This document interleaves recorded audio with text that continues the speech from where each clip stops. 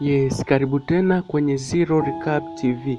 Pia usisahau kusubscribe na kutoa maoni kwenye comment. Sasa movie yetu inaanza na story ikionyesha zamani kabisa palikuwa na viumbe wa hatari kabisa ambao wapo kama binadamu, ila viumbe walikuwa ni wakubwa, yani ni wakubwa kupita maelezo, yani sijui kama ghorofa. Sasa palikuwa na mfalme anaitwa Onaf. Huyu mfalme bana alikuja kuwakamata hawa viumbe wote, akawakamata na kuwakimbiza kweli kweli. Sasa kuna baadhi ya viumbe walifanikiwa kutoroka, lakini Onaf na majeshi yake alihakikisha hakuna hata kimoja kinatoroka. Sasa alokuwa anadisia story ni mzee hapo akiwa na mwanae, na ulikuwa ni muda wa kulala akamuaga. Sasa movie yetu ikatuleta ndani ya Steenbuden ambapo miaka mingi imepita na yule mtoto wa kike ameshakuwa, na hapo alifuatwa na rafiki yake aitwaye Andres. Alimfuata ili warudi kazini. Binti alivyosikia vile ikabidi ajiandae haraka pale ili safari ianze. Ilipofika asubuhi, hatimaye safari ikaanza na binti akapewa mkataba pale ili saini kuingia katika kundi tena, na wakafika sehemu moja inaitwa Venok, wakakutana na bosi anaitwa Mola akawakaribisha. Ndipo Mola alipomwambia binti kuwa walikuwa wakipitapita katika mazingira. Sasa wakamkamata kiumbe mmoja huko akiwa anazurura.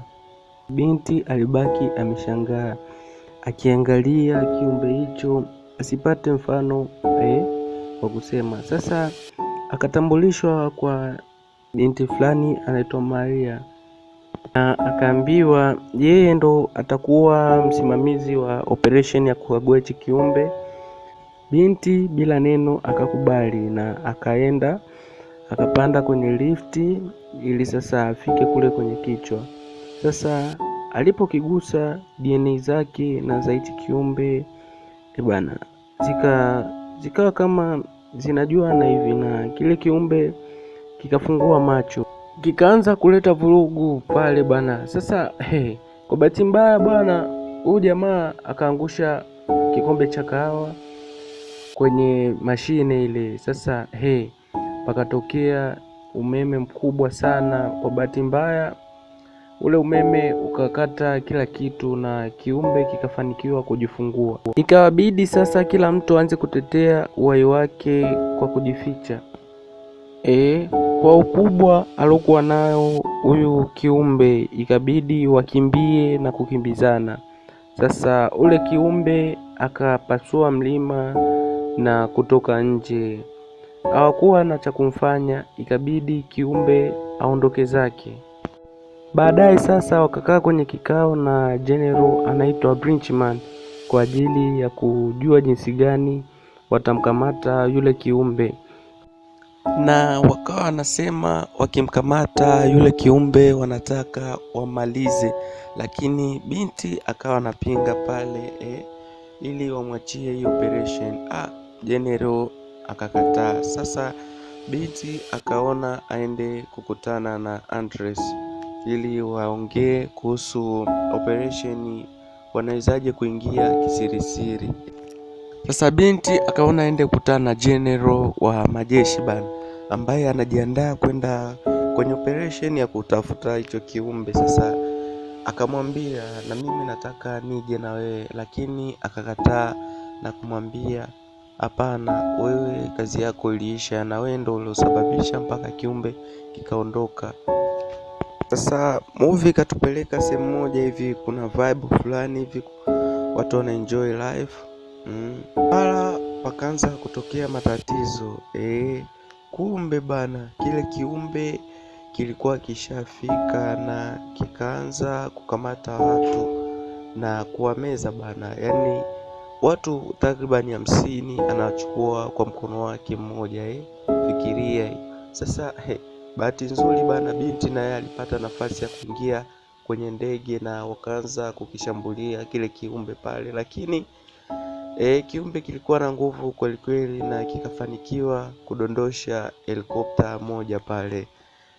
Jamaa alipiga kelele kweli kweli, lakini kile kiumbe kinaonekana kina tatizo na mtu, na hivyo kikaamua kuondoka zake. Ndipo binti akaanza kuambia pale, niliwaambia mniachie hii operation, lakini hamkutaka kunisikiliza. Ona sasa kilichotokea, ona. Lakini akamwambia address na rafiki yake wanatakiwa waende wakakitafute hicho kiumbe. Movie yetu ikatupeleka hadi maeneo ya Lesja ambako hiki kiumbe ndo makazi yake hapo bana. Na hapo mbwa akaanza kulalamika kweli kweli, na kwa bahati mbaya sasa kilipokuwa kinapita kikapasua nyumba ya mtu bana, yani kikavunja nyumba alafu ndo kikapita. Haya sasa, ilipofika asubuhi, kina address na rafiki yake Nora ambaye ndo steering yetu bana, wakaenda mapangoni huko kitafuta hicho kiumbe. Walikutana na michoro ya kale kweli kweli na maudenda, ikiashiria kwamba hiki kiumbe hakiko mbali, kiko karibu na wanakaribia kukifikia au kufika kilipo bana. Na kwa bahati nzuri bana, kile kiumbe kikajitokeza na Nora akajaribu kuongea nacho na kukiambia usizuru, sisi sio watu wabaya, ni watu wazuri kabisa. Na akajaribu kuongea nacho kupitia hisia na kukiambia kwamba si ndo tulokusaidia mpaka ukatoroka. Na kikawa kina feel bana na kuzungumza, kikasema beautiful. Kwa maana hiyo kimemkubali Nora. Hapo ndo inakuwa mwisho wa sehemu ya kwanza. Pia usisahau kusubscribe na kuacha maoni. Je, tutoe namba 2 au tuachane nayo tuendelee na movie zingine? Mimi ni storyteller wako na hii ni Zero Recap TV. Asante.